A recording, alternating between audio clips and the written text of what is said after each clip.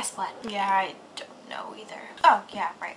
I love you guys. I also kind of love carrots. And we'd buy endless amounts of carrots, and then there'd be like a bag full of moldy carrots, and it was kind of disgusting. So I decided that one day I was hungry. So I took a carrot from the fridge and I peeled it. And I ate it. Not with the dip, of course, so it'd be like disgusting. And it was pretty damn good.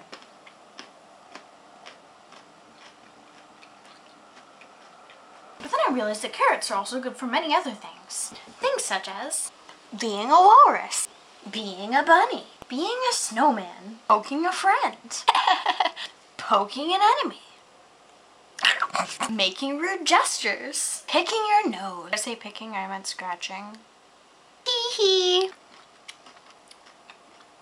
But along with carrots, I also found out something else. White people have no chance at comedy. You know why? It's because we can't make fun of any other race. It's like we're the one race that has no privileges. You can be anything other on the color palette than white.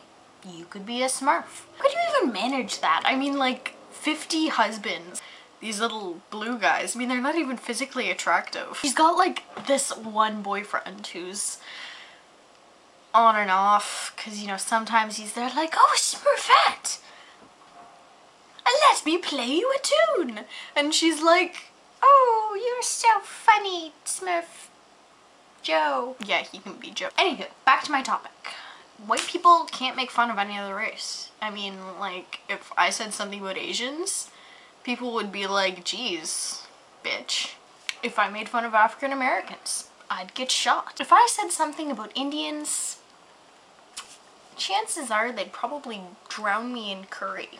White people have no chance. It's like, seriously, that's discrimination for not having discrimination. It's like, you're white, you can't discriminate. And to me, that's like the worst discrimination of all. Another thing, American movies. Have you ever noticed the children in American movies? Dad, look, seriously, and this is gonna be my advance, I'm gonna like tell Mom about the secretary. So you can make that up to Brittany. And they're these stereotypical bratty children. But in European movies, their children are completely normal. They're like normal children. Like, you see a 5-year-old, they're not gonna expect it to be like, Dad, come on, please, we out and fucking go shopping. Children aren't allowed to go shopping by themselves, because to me that's just cruel. The children walks into a store. A child walks into a store. What's gonna happen to them? They're gonna get raped. There are some really sick people in this world. Back to European children. Well, okay, they're normal. Oh, Papa, I'm going to the orchard with Susie to feed Wilbur carrots and make him fall to his heart's content. Papa, I love you, Papa. Yeah, that's what European children are like in the movies, and you wonder, what's the big difference? Do they feed them something? Personally, here's my thing.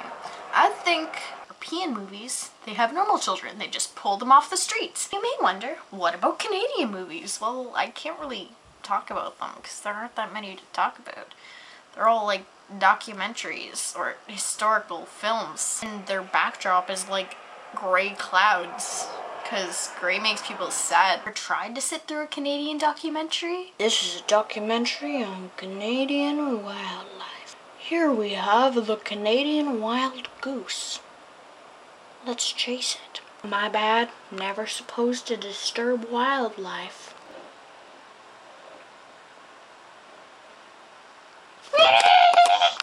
Seems our feathered friend is getting quite ferocious. Canadian polar bear. Our furry friend seems to be sitting on the last remaining iceberg in Canada. Never mind. But certainly not least seems to be our Canadian farm cow. It seems that we've just caught our herbivore friends in the process of mating. Wonderful, isn't it? Munch, munchity, munch, munch, munch, munch.